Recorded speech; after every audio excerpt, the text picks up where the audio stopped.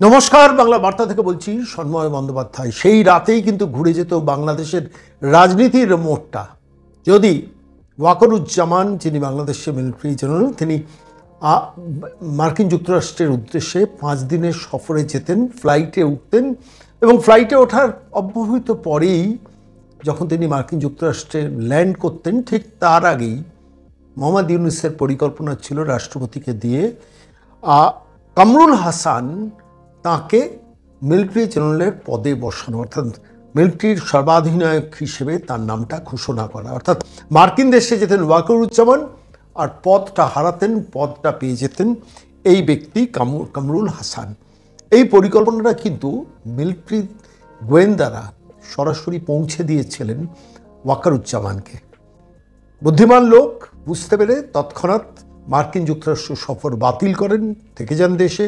এবং তারপর আরও একটা মারাত্মক খবর তিনি পান যে তাকে গুপ্ত হত্যা করার পরিকল্পনা হচ্ছে গত সোমবার, এবং সেই সোমবার রাত জাগেন প্রায় 40 জন তার অধীনস্থ অনুগত যারা মিলিটারির second in command, third in command, তারা।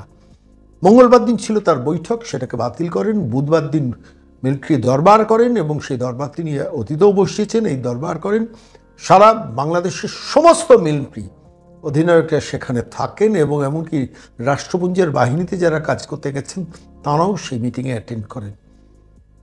ঘটনা হলো যে বাংলাদেশের মিলিটারির গোয়েন্দারাও বাংলাদেশের রাজনীতির নিয়ন্ত্রক হয়ে গেল। এখন ওয়াকারুজ্জামান যদি পদটা হারাতেন, বাংলাদেশে এই মুহূর্তে যে ক্রাইসিসটা হচ্ছে, মোহাম্মদ ইউনূস কিন্তু সেটাকে মিটিয়ে দিতে পারতেন। পরিকল্পনা করেছেন। বয়স্ক মানুষ, কিন্তু ধূর্ত মানুষ, ফলত স্বাভাবিকভাবে তিনি শুধু ভারত বিদ্বেষী নয়, তিনি একদিকে চীনকে হ্যান্ডেল করছেন, একদিন মার্কিন যুক্তরাষ্ট্রকে হ্যান্ডেল করছেন।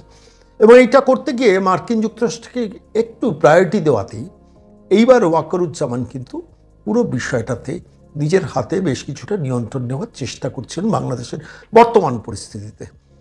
এখানে দাঁড়িয়ে যেটা বলার দরকার যে বাংলাদেশের মিলিটারির গোয়েন্দারা যে দ্রুত খবরটা ওয়াকারুজ্জামানকে বারবার পৌঁছে দিচ্ছে, এইটাই কিন্তু বিপদে ফেলছে যমুনাতে অধিবাস করা যে মানুষটি, সেই মানুষটির নাম হচ্ছে মোহাম্মদ ইউনূস। তিনি শেষ পর্যন্ত একটা সেন্টিমেন্টাল কার্ড খেলার চেষ্টা করেছেন। যখন বিএনপি ক্রমশ আন্দোলন জোরদার করছে, 7 দিন ধরে ঢাকা অবরুদ্ধ হয়ে রয়েছে, সেই সময় দাঁড়িয়ে আমি রিজাইন করব। গত 9 মাস ধরে বাংলাদেশকে অনেক প্রতিশ্রুতি দিয়েছেন, কিন্তু প্রতিশ্রুতির অধিকাংশই পূরণ করতে পারছেন না বা পারেননি। ফলত স্বাভাবিকভাবে ব্যাকফুটে আছেন ওয়াকার ইউনূস। এই পরিস্থিতিতে দাঁড়িয়ে মিলিটারি শেষ পর্যন্ত ওয়াকারুজ্জামান এখন বুদ্ধিমান লোক বলে আস্তে আস্তে নিয়ন্ত্রণটা নেওয়ার চেষ্টা করছেন। কামরুল হাসানকে বাংলাদেশের সেনার প্রিন্সিপাল স্টাফ অফিসার হিসেবে ডিক্লেয়ার করেছেন মোহাম্মদ ইউনূস। সেটা ওয়াকারুজ্জামান জানেন, তার কাছে খবর পৌঁছেছিল। কামরুল হাসানকে অ্যাপয়েন্ট করার চেষ্টা হচ্ছে তার পরিবর্তে, সেটা খবরটা ছিল। কিন্তু এত দ্রুত মোহাম্মদ ইউনূস যে তাকে রিপ্লেস করার চেষ্টা করবেন সেটা ভাবেনি, কেন জাতীয় নিরাপত্তা উপদেষ্টা হিসেবে খলিলুর রহমান বলে এক ব্যক্তিকে অ্যাপয়েন্ট করেন মোহাম্মদ ইউনূস। এই খলিলুর রহমান প্রথমেই যে উপদেষ্টা দেন যে ইমিডিয়েটলি ওয়াকারুজ্জামানকে মিলিটারির পদ থেকে সরান এবং তাকে রিপ্লেস করেন কামরুল হাসানকে দিয়ে। সেটাই ছিল প্ল্যান, এবং সেই প্ল্যানটাই বাংলাদেশের মিলিটারি অধিনায়ককে পৌঁছে দেন তাদের গোয়েন্দারা। ঠিক এই পরিস্থিতিতে দাঁড়িয়ে ওয়াকার কিন্তু মুখ খুলতে শুরু করে দিয়েছেন। আর যখন মুখ খুলতে শুরু করে দিয়েছেন, বিএনপি, খালেদা জিয়ার দল, তাঁদের চিন্তার সঙ্গে ওয়াকারের মতটা মিলে যাচ্ছে। ফলত স্বাভাবিকভাবে সংখ্যাধিক্য হয়ে পড়ছেন ওয়াকার এবং খালেদা জিয়ার বিএনপির তাঁদের গোষ্ঠী বা সমর্থকরা। এই পরিস্থিতি দাঁড়িয়ে মোহাম্মদ ইউনূস কী করলেন আপনারা জানেন যে মোহাম্মদ ইউনূস পদত্যাগ করবেন বলে সংবাদ মাধ্যমে রটিয়ে দিলেন। জানেন, নাহিদ ইসলাম তিনি ওই বাংলাদেশ নাগরিক পার্টি, যিনি ওই ছাত্র দলের পক্ষ থেকে, বৈষম্য বিরোধী ছাত্র দলের পক্ষ থেকে যে নতুন দলটা তৈরি হয়েছে, তিনি দেখা করতে গিয়েছেন। বেরিয়ে এসে সংবাদ মাধ্যমের সামনে রটিয়ে দিন যে মোহাম্মদ ইউনূস রিজাইন করতে চাইছেন, পদত্যাগ করতে চাইছেন। আসলে নাহিদ ইসলাম নয়, নাহিদ ইসলামকে দিয়ে মোহাম্মদ ইউনূস এটা বলিয়েছেন। কেননা আমি আপনাদের দুটো তথ্য এই মুহূর্তে দেবো, আমি তথ্য ঘেঁটে আপনাদের কাছে এই প্রতিবেদন পেশ করছি। অনেক রকম রটছে যেটা ঠিক নয়। যেমন ধরুন, সৈয়দ রিজওয়ানা, পরিবেশ জলবায়ু বিষয়ক উপদেষ্টা বাংলাদেশ সরকারের, এই ভদ্রমহিলা তিনি একটি স্টেটমেন্ট দিয়েছেন সম্প্রতি যে শুধু নির্বাচন করার জন্য আমরা দায়িত্ব নিইনি, আমরা অনেকগুলো কাজ করার জন্য, সংস্কার করার জন্য নিয়েছি, বিচারকে ঠিকঠাক করা, বিচার ব্যবস্থাকে ঠিকঠাক করার দায়িত্ব নিয়েছি এবং অবশ্যই নির্বাচন করানোর দায়িত্ব নিয়েছি, এবং সেটা জানুয়ারি থেকে জুন মাস 2026-এর মধ্যে হবে। এই সৈয়দ রিজওয়ানা বলেছেন, এবং বলেছেন যে আমরা নির্বাচন করার জন্য দায়িত্ব নিই। মোহাম্মদ ইউনূস তাকে দিয়ে বলিয়েছেন। ফৈয়াজ আহমেদ তাইয়াব যখন বাজারে খুব রটে গেল যে মোহাম্মদ ইউনূস এবার দেশ ছাড়ছেন, তার জন্য ফ্রান্সের ফ্লাইট রেডি রয়েছে এবং এই মুহূর্তে দাঁড়িয়ে তিনি ব্যাকফুটে যাচ্ছেন, তখন বুঝতে পেরেছেন যে তার রেজিগনেশনটা অবধারিত হয়ে পড়ছেন। তখন আবার মাঠে নামালেন ফৈয়াজ আহমেদ তাইয়াব বলে বিশেষ এক সহকারীকে, পরামর্শদাতা, মানে পরামর্শদাতার পরামর্শদাতা, টেলিযোগাযোগ, তথ্য প্রযুক্তি বিশেষ সহকারী। এই মানুষটি ফ্রন্টে নেমে বক্তব্য রাখলেন যে প্রধান উপদেষ্টা তো পদত্যাগ করবেন না। নাহিদ ইসলামকে দিয়ে ওই ইউনূস বলালেন, যখন বেরোনোর সময় ওই জাতীয় নাগরিক পার্টি যিনি আহ্বায়ক তাকে দিয়ে বলালেন যে মোহাম্মদ ইউনূস রিজাইন করতে চাইছেন। আবার নিজের সহায়ককে দিয়ে, তথ্য প্রযুক্তি বিষয়ক সহায়ককে দিয়ে বলাচ্ছেন, ফৈয়াজ আহমেদকে দিয়ে বলাচ্ছেন যে প্রধান উপদেষ্টা পদত্যাগ করতে চাইছেন না। বললেন সেনাবাহিনী নাক গলাতে পারে না রাজনৈতিক বিষয়। তৃতীয় যেটা বলালেন, ইনক্লুসিভ পলিটিক্সের নামে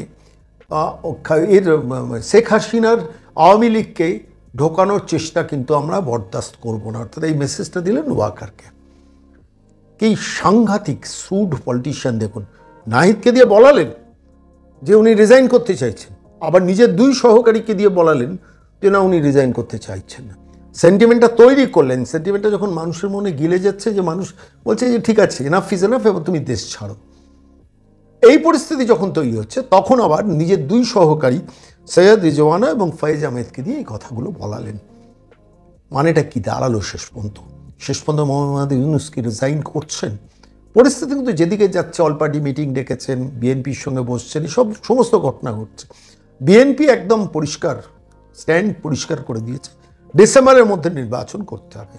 এবং একই সঙ্গে ওয়াকারুজ্জামান, যিনি মিলিটারি অধিনায়ক হিসেবে দায়িত্ব নিয়ে রয়েছেন এখন, তিনি পরিষ্কার বলেছেন ডিসেম্বরের মধ্যে নির্বাচন করতে হবে।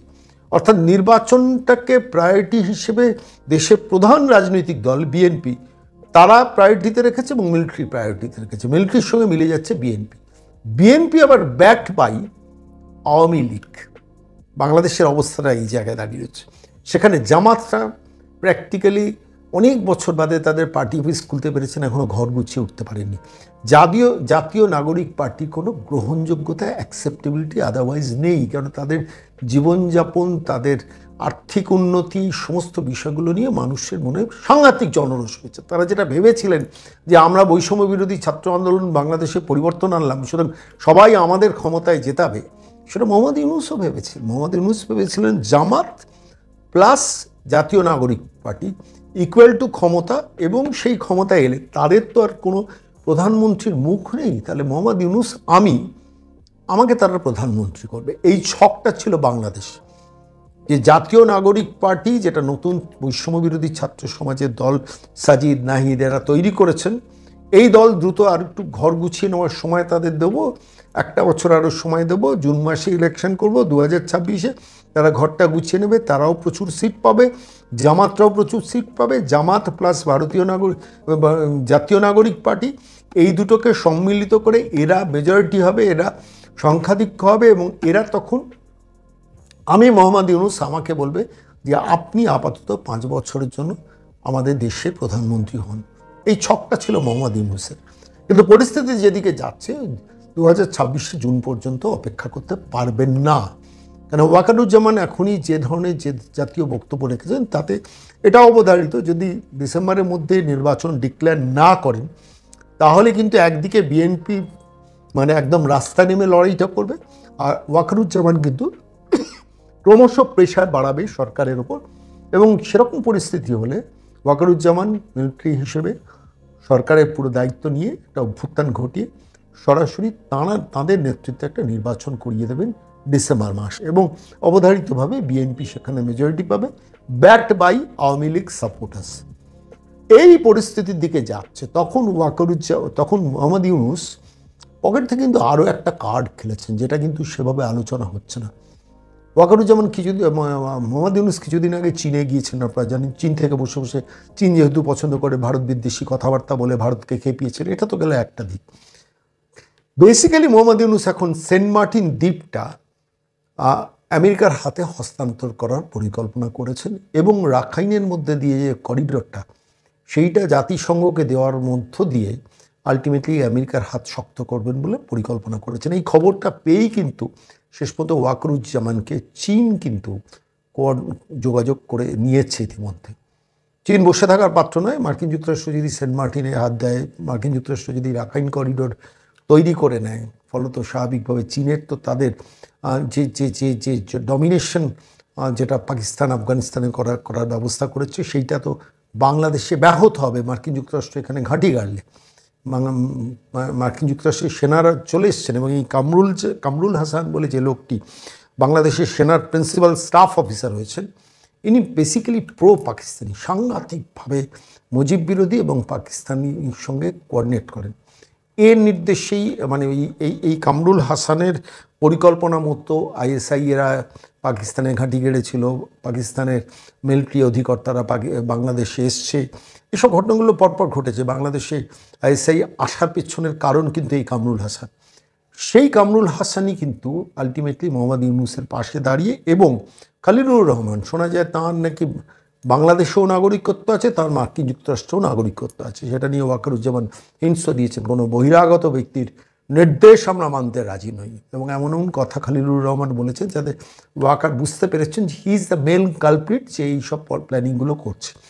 ফলত আলটিমেটলি মার্কিন যুক্তরাষ্ট্রের বাংলাদেশে পা দেওয়া, ওয়াকার তো পরিষ্কারই বলেছেন বাংলাদেশকে বিক্রি করার কোনো জায়গা আমরা কিন্তু দেব না। ফলত ওয়াকারের ওপরে ক্ষেপে উঠবেন স্বাভাবিকভাবে মার্কিন যুক্তরাষ্ট্র। এই সুযোগে চীন আবার ওয়াকারের সঙ্গে কন্ট্যাক্ট এস্টাবলিশ করেছেন, ওয়াকিবহাল মহল বলছে।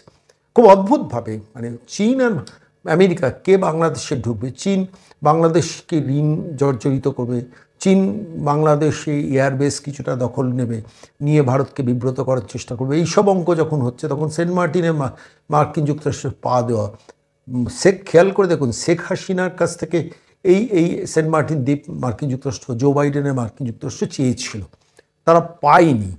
কিন্তু এখানে দাঁড়িয়ে এবার ডোনাল্ড ট্রাম্পের মার্কিন যুক্তরাষ্ট্র সেন্ট মার্টিন দ্বীপটাকে অনেকটাই প্রায় দখলে নিয়ে নিয়েছেন। মিলিটারি প্যারেড, এই ট্রেনিং দেওয়ার নাম করে নিয়েছে, বেসিক্যালি ওইখানেই ঘাঁটিটা গেড়ে নেবে। এই পরিস্থিতিতে দাঁড়িয়ে মার্কিন যুক্তরাষ্ট্রের সঙ্গে চীনের লড়াইয়ের মধ্যে পড়ে গেছেন একদিকে মোহাম্মদ ইউনূস। এই মুহূর্তে যা সর্বশেষ পরিস্থিতি, ব্যাকড বাই মার্কিন যুক্তরাষ্ট্র, খেলতে গিয়েছেন চীন আমেরিকাকে সঙ্গে নিয়ে, কিন্তু আমেরিকা ডমিনেন্স দেখিয়ে চীনকে আউট করে দিয়ে এখন ব্যাকিংটা করছে মোহাম্মদ ইউনূসকে। আর ওদিকে চীন কিন্তু ওয়াকারকে ডেকে পাঠিয়েছেন, খুব দ্রুত তাদের মধ্যে বৈঠক হবে।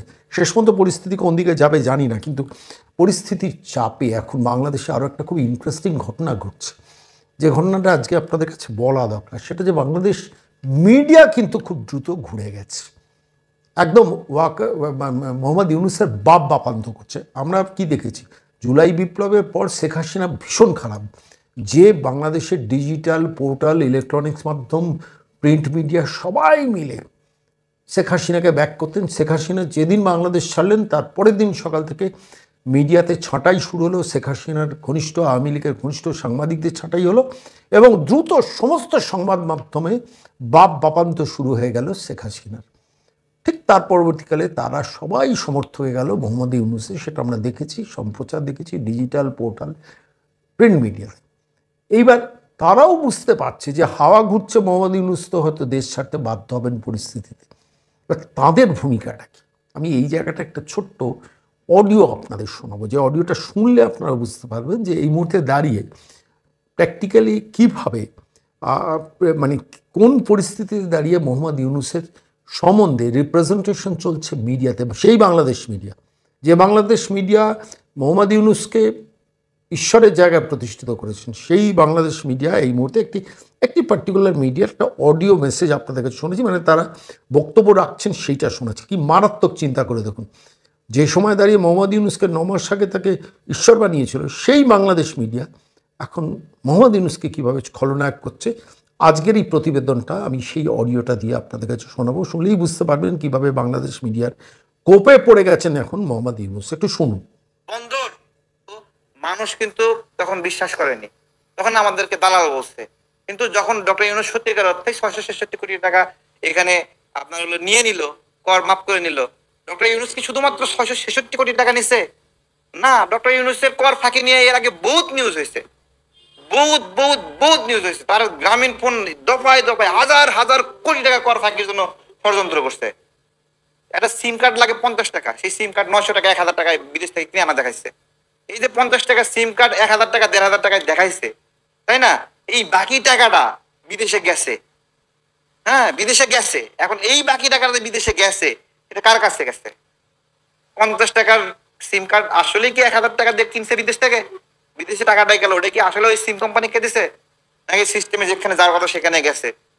এগুলো নিয়ে আমরা যখন বলতেছি, আসলে কাউকে বিশ্বাস করার অনেক বেশি কারণ না। আপনার একজন ব্যবসায়ী, সে হলো জাত ব্যবসায়ী, বণিক মানে বোঝেন, বণিক। ও যাইতে আসতে খালি কেনা বেচা করবে, ও মানুষরে কিনবে, ও দেশে কিনবে, ও নীতিকে কেনা বেচা করবে, সব কেনা বেচা করবে। ডক্টর ইউনূস হলো সেই বণিক, যে হলো এই যে বন্দর কেনা বেচার। বন্দরটাকেও কেনা বেচাতে নেমেছে মোহাম্মদ ইউনূস। কি বলছে বাংলা মিডিয়া, মানে বাংলাদেশের মিডিয়া, ভারতীয় মিডিয়া বলছে না, কিন্তু ভারতীয় মিডিয়াও এইভাবে মোহাম্মদ ইউনূসকে সমালোচনা করেনি। আমি বলছি মিডিয়াও বুঝতে পেরেছেন যে কোনো একটা জায়গায় মোহাম্মদ ইউনূসের ডেজ আর নাম্বারড। আর স্বাভাবিকভাবেই মিডিয়া যখন বুঝতে পারে, মিডিয়া তখন দ্রুত তার চেহারা বদলায়, তার কথা বদলায়, তার ভাষ্য বদলায়, যেটা বাংলাদেশে এই মুহূর্তে হচ্ছে। খুব ইন্টারেস্টিং, বাংলাদেশ পলিটিক্স কিন্তু জমে উঠেছে।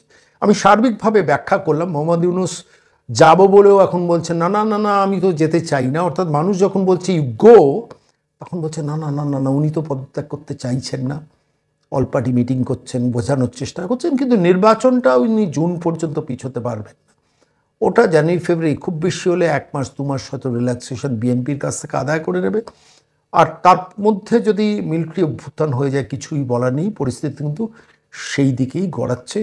আপনারা নজর রাখবেন বাংলার বার্তায়। আমি শুধু আপনাদের এইটুকু বলছি, বাংলাদেশ নিয়ে অনেক ভুল খবর বাজারে চলছে। আমরা একদম সাংঘাতিকভাবে অনুশীলন করে, চর্চা করে, তথ্য অনুসন্ধান করে, ভেরিফিকেশন করে, ফ্যাক্ট চেকিং করে তবে আপনাদের কাছে এই তথ্যটা দিলাম। যে তথ্য দিয়ে আজকের এই প্রতিবেদন আবার শেষ করব, সেটা হচ্ছে বাংলাদেশ সেনার যে গোয়েন্দা বিভাগ, তারা কিন্তু মারাত্মকভাবে ওয়াকারের পাশে দাঁড়িয়ে এই মুহূর্তে বাংলাদেশ পলিটিক্সটাকে একটা অন্য খাতে বইয়ে দিল।